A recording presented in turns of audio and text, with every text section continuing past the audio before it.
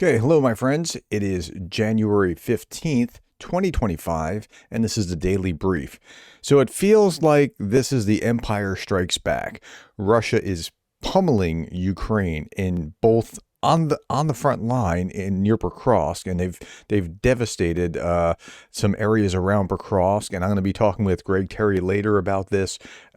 Just they cut off two major highways. It's bad near Pokrovsk, but they also, as it seems like retribution for yesterday's brutal attack on Russia, Ukraine, they gave Russia more of a headache yesterday than with drones and some attackums and things along those lines than any other day in the war. And it seems to be punishing Ukraine for what happened there with a massive strike of their own. Okay, let's get into this. And 1,580 Russians off the battlefield. Not terribly high, but not low either. Not like the 1,300 and change that was yesterday, or the highs that we've been seeing of 17, 18, 19. 13 tanks, 22 armored fighting vehicles, 52 artillery systems, 204 vehicles and fuel tanks. I'm not sure that I've ever seen anything above 200 in the past. So it's hot on the battlefield.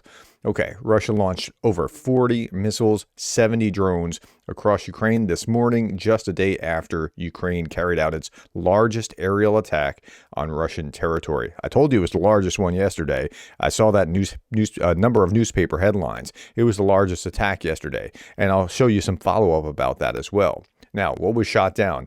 0 of 1 Iskander ballistic missiles. Ukrainians just have a terrible time being able to hit a ballistic missile because ballistic missiles are hard to hit. 0 out of 7 Kh-22-32 cruise missiles. 3 out of 4 Caliber cruise missiles were shot down. 4 out of 4 Kh-59-69 cruise missiles were shot down. 23 out of 27 101 and 55 cm cruise missiles were shot down. And all 74 Shaheds were either shot down or suppressed by electronic warfare. Now, if you look at this list, everything except for that last little bit was added to what was like a normal night in Ukraine. And on a normal night, you might have 74 out of 74 Shahed drones, but not all the missiles. The missiles seem to be punishment for what happened the day before. Jay in Kyiv commented that Putin did another one of these $500 million missile barrages, which I don't know that it actually was 500 million. Maybe it was 4, maybe it was 6. I have no idea. But nonetheless, it was a expensive night for the Russians. This morning, Russia launched a missile attack on Ukraine, aiming for gas storage facilities and critical infrastructure in Lviv and Ivan-Frankivsk regions. In Kyiv, a fire was reported near a substation. So they did hit some critical infrastructure, and it was also an expensive night for the Ukrainians as well. Okay, what was hit? So this is Anton Goroshenko. Russia attacked Ukraine's energy infrastructure this morning yet again. The target for the Russians is unchanged, our energy sector. Critical infrastructure facilities targeted near Pakirapatia, I think. Thankfully, there were no casualties. Lviv region was attacked with cruise missiles, and emergency power cuts have been introduced in 6 regions. From the Kyiv Post, there's just one line I want to show you. That's unfortunately, the Russian attack caused significant damage to these facilities, according to the general staff. So it's not that the Russians didn't do nothing. The Russians struck back and they hit hard. So let's be honest about what actually happened. This is the route of the Russian missiles in the morning, according to official OSINT data.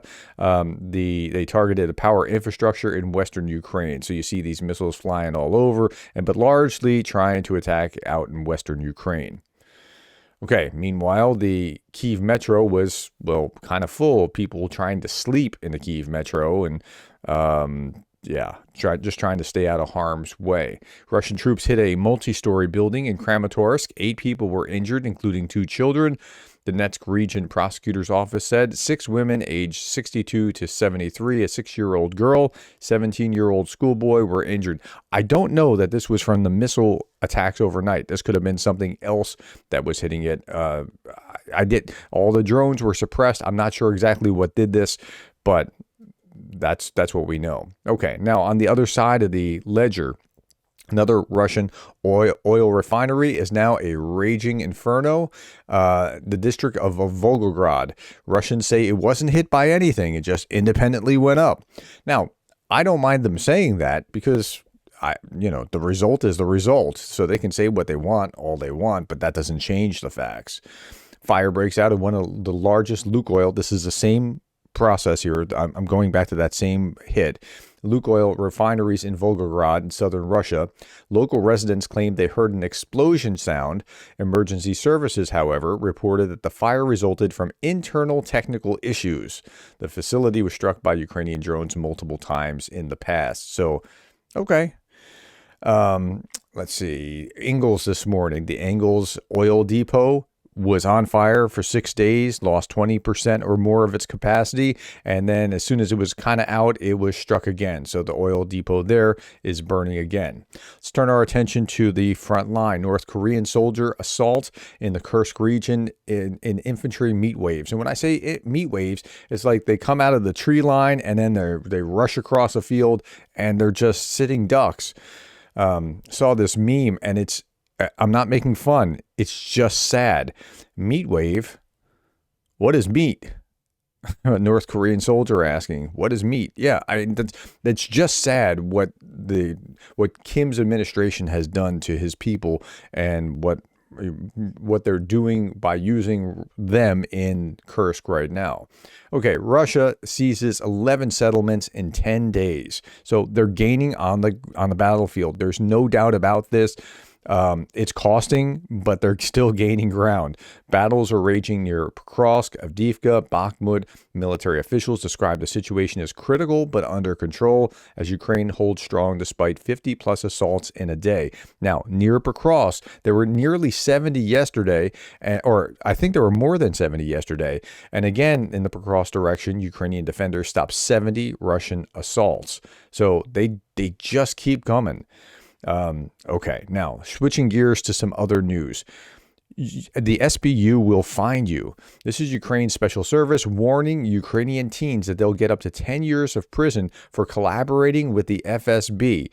Now, that they need to do this. This is a soldier coming home to see his kid, and somebody's kind of following him in this video. Just a teenager with his cell phone. He's just looking at his cell phone, taking pictures, right?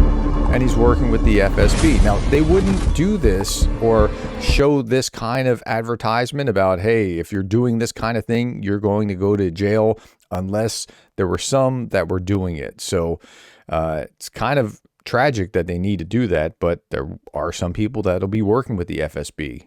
Again, let's not kid ourselves.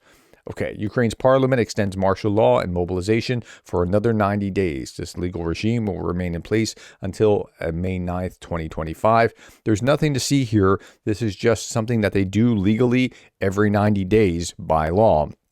But I've put this out here for you so you can see it, so that I can explain that it's not a thing. Don't worry about it. Okay, frontline artillery commander was so fed up with Army paperwork that he bought a robot to fill out military journals. His viral video showing a robot plotter writing reports could have earned him punishment. Instead, Ministry of Defense said, if you're so smart, come do it yourself. That's how Artem Romanovkov, Stanford Fellow, artillery commander, and technical innovator, became the head of digital transformation at Ukraine's Ministry of Defense. The revolution in 1 year. This is what these guys have done. They're so freaking smart technologically, so creative. Created the Army Plus app with electronic military reports. Launched Reserve Plus app used by 3.7 million Ukrainians. Legalized Delta Battlefield Awareness System. Made military recruitment available in one click. Introduced digital military IDs and other things. So it's fascinating how technologically adaptive the Ukrainians have been. Okay, Darth Putin put this out. How long until one of the sacked Gazprom employees turns up KIA in Ukraine? Now, if you remember the story, the Gazprom executives about somewhere near 2,000, maybe north of 1,500. I saw in one estimate. Another estimate was about 2,000 of the 4,000 Gazprom employees are being laid off. How long until one of them turns up KIA in Ukraine? Let's take the leading figure was a month, or before 3 months, before 6 months, a year. Okay, so I mean, it's just kind of a haha poll. Okay, an overview of Ukrainian shotgun drones. Now, I can't actually show this on YouTube without, breaking the rules, so I'm not going to show this. But I want to read this to you, and then I'm going to put this link below if you want to go see it on your own afterwards. An overview of a Ukrainian shotgun drone taking down multiple Russian drones.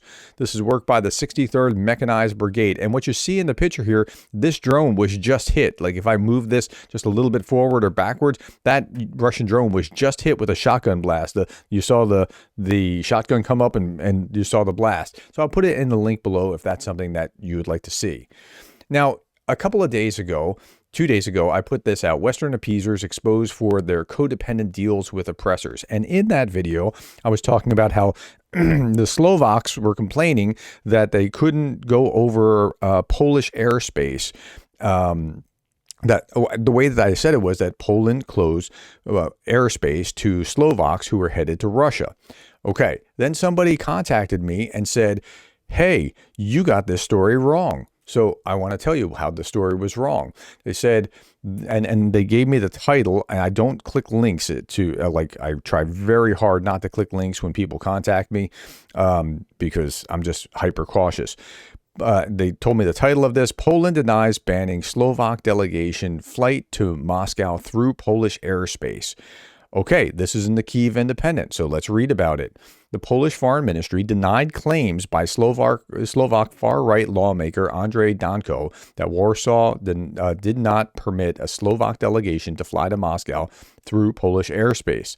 Full stop. The Slovak minister claimed it. It was carried in a legitimate news source, and so that's why I explained it. But there's a twist to the story. We did not refuse the flight. The Slovak side simply sent us incomplete documents. When they were asked to complete them, they informed us about the change of route. Okay, so the change here is that Poland didn't actually deny them. They just didn't have the right paperwork.